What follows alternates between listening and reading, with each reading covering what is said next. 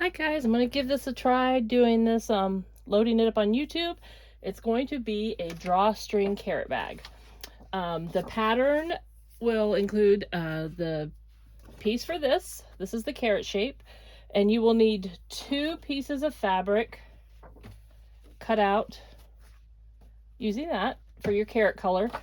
The kit includes this check and the green grunge dots.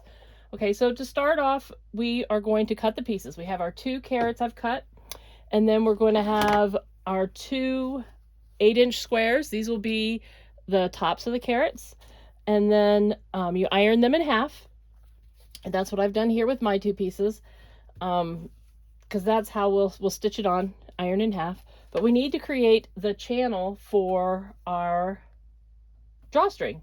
So you start with a piece of fabric that I believe is 1.5 inches by 8. And then we're going to fold in the short ends by about 1/2 inch. I just guessed.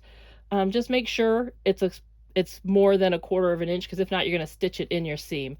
So fold it in, iron it, and then we're going to fold these to the middle. And that's going to give us our channel that we need.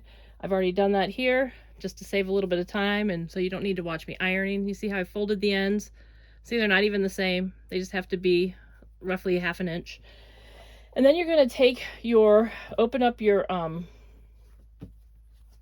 top piece, and then down at the bottom, you're going to want to take and measure from the middle.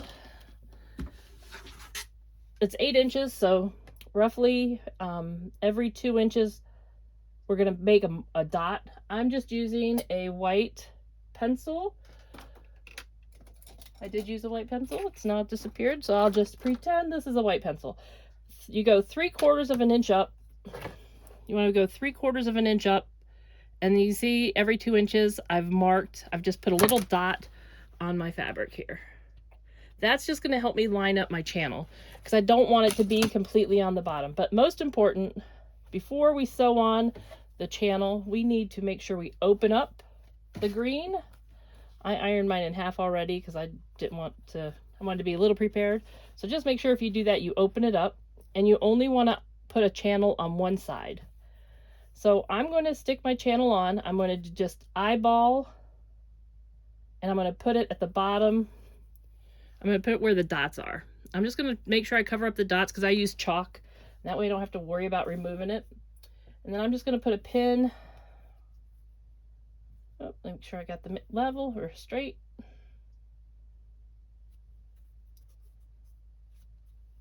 Just put a pin in them to make sure they don't move. And what you're going to want to do is stitch as close as you can to the edge on both sides. Let me put my other channel on, and I'll stitch these up.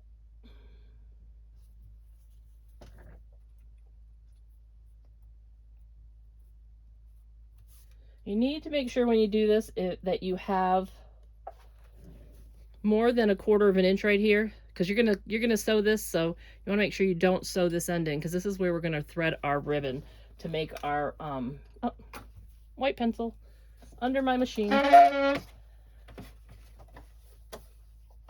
So I'm just gonna put this right on the edge. I'm gonna take my pin out, make sure it doesn't move on me, and I'm just gonna move my needle over.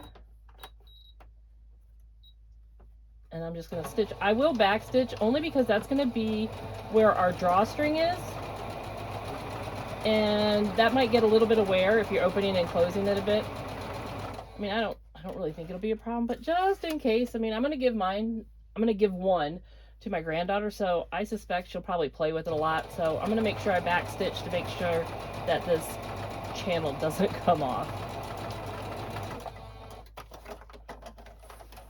You do that, you do the bottom, and then go back. You see I'm stitching real close to the edge.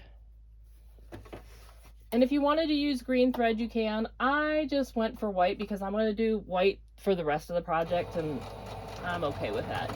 And if you want, you could also do a finishing stitch. If you wanted to stitch along here, you could, to make sure that all holds down. I don't think it's really necessary, but if you want to, my first prototype, I did that. But then I decided if I stitch it in, if I fold it in just that little bit more, that's all I need. So I'm going to do the other one. Trying to be quick since this is got like a 15-minute, I think that's all I can do on YouTube is 15 minutes. So try and get it done in the 15 minutes. And I hope, you know, if you have any questions, you can check us out on Facebook. We are under Fabric Obsession, Sewcial, SEWCIL Interaction. That's where this video will be posted after today. Kits will be available at fabricobsession.com. If you just search Sewcial Interaction, or I think this is March, so probably March kit. All right, I'm going to trim all my threads.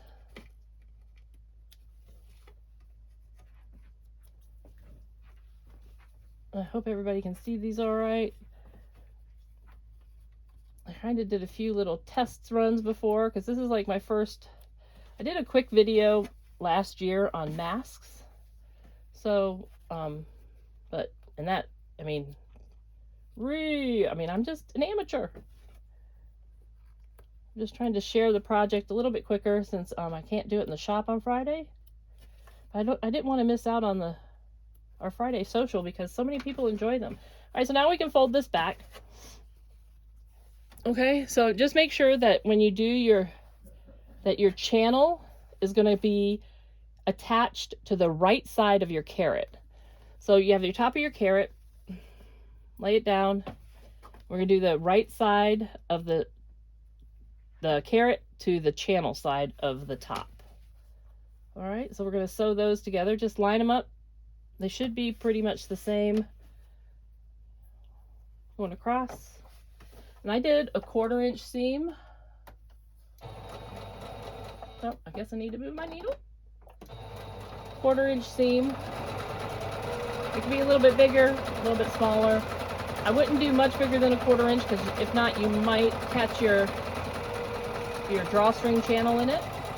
So, but you can, as you're stitching, you can feel the channel, so you know that you've got enough space. And then I actually just ironed mine. I'm going to do it real quick off to the side here. I actually ironed this, and then what I did is I did a finishing stitch right across the top of my carrot, just because I liked the way it looked. And I think it holds down your seam a little bit. Now you could do this, you can finish this one of two ways. You could do it where just normal assembly and you have your seams on the inside, which I think will be fine. But I think I'm going to try, and let's hope it's not a flop. I'm going to try and do a French seam on this sample that I'm making right now. I guess if it's a flop, I just won't post the video and I'll have to redo it. Because I think if we do a French seam, it might just give it a little bit nicer finish on the inside. I zigzagged a finish. Oh, I move my. I did a zigzag finish on my other one, and it was all right. I mean, the kid's gonna play with it or whatever, but if you wanted to do it for adults, or I think maybe a little bit more finished look on the inside might be better. But they're fun. Fun and easy to make. They don't really take a whole lot of time. Do my finishing stitch. Real easy. Fun little project. I did them a couple different ways, like to do the channel for the drawstring. And I just found that it was just easier, nicer finish if you actually just made the channel with a piece of fabric. All right, I'm hoping y'all can, I haven't moved too much that you're out of the visual. All right, so now here's where I always get confused because I don't do a whole lot of French seams. I've used them in pillows, I think is the only thing I've ever used them for. Oh, maybe when I've made some clothing, but that was a long time ago. So I always remember you have to do it so you think, so you want to put your wrong sides together. And you need to start up at the top, so that way you know that these are matching. And then your seams here should match too. Your orange here should match. You see that? If these are folded in half and measured right, they should match without any problem. Maybe. All right, so now, because we're going to do a French seam, we're going to want to do smaller than a 1/4 inch.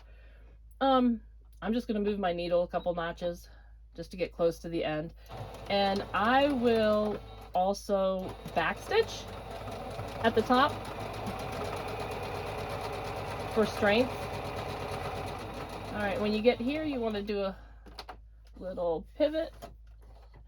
It's when you get to the orange, so you know it's pretty, you can now do it this way, you can see where your orange is.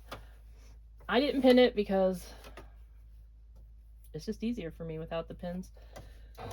And this doesn't move a whole lot, or at least for me it didn't. You might find that it does. Just when you do this and you're doing a smaller seam than 1/4 inch, just make sure that you catch both fabrics. All right, and then I'm going to stitch right off the edge of the point. And I'm going to go and do the other side the same way. Same smaller than a 1/4 inch, because when I reverse it out and do the other seam, it'll be a 1/4 inch, and hopefully that this will catch it. And so far it looks like I'm going to have enough space with my that's what I was worried about when I did it and not practice, that my channel wouldn't be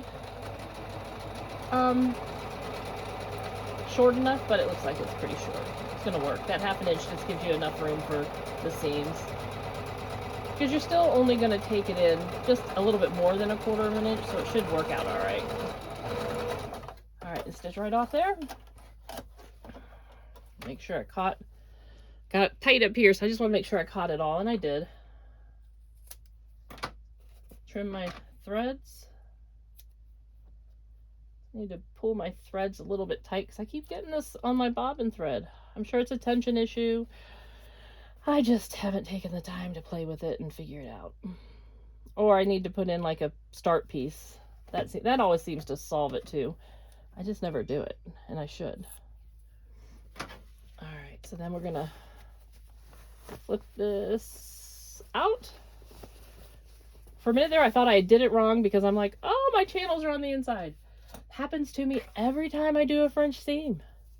All right, so I want to make sure I poke this out as much as I can and make sure I don't have any fabric more than a 1/4 inch in, and I don't. And at this point, you should probably iron the seam so that you'll get a crisper stitch line. I'm just going to use my finger and kind of press it out too, because that'll help. All right.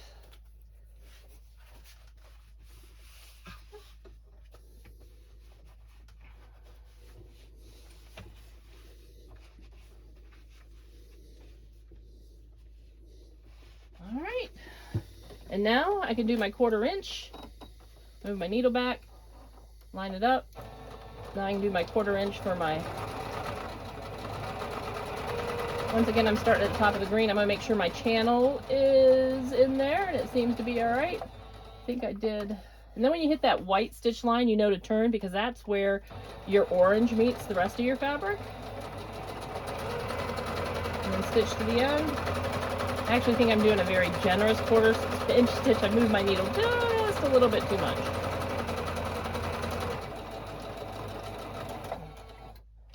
All right. Lift up. I'm going to do the other side.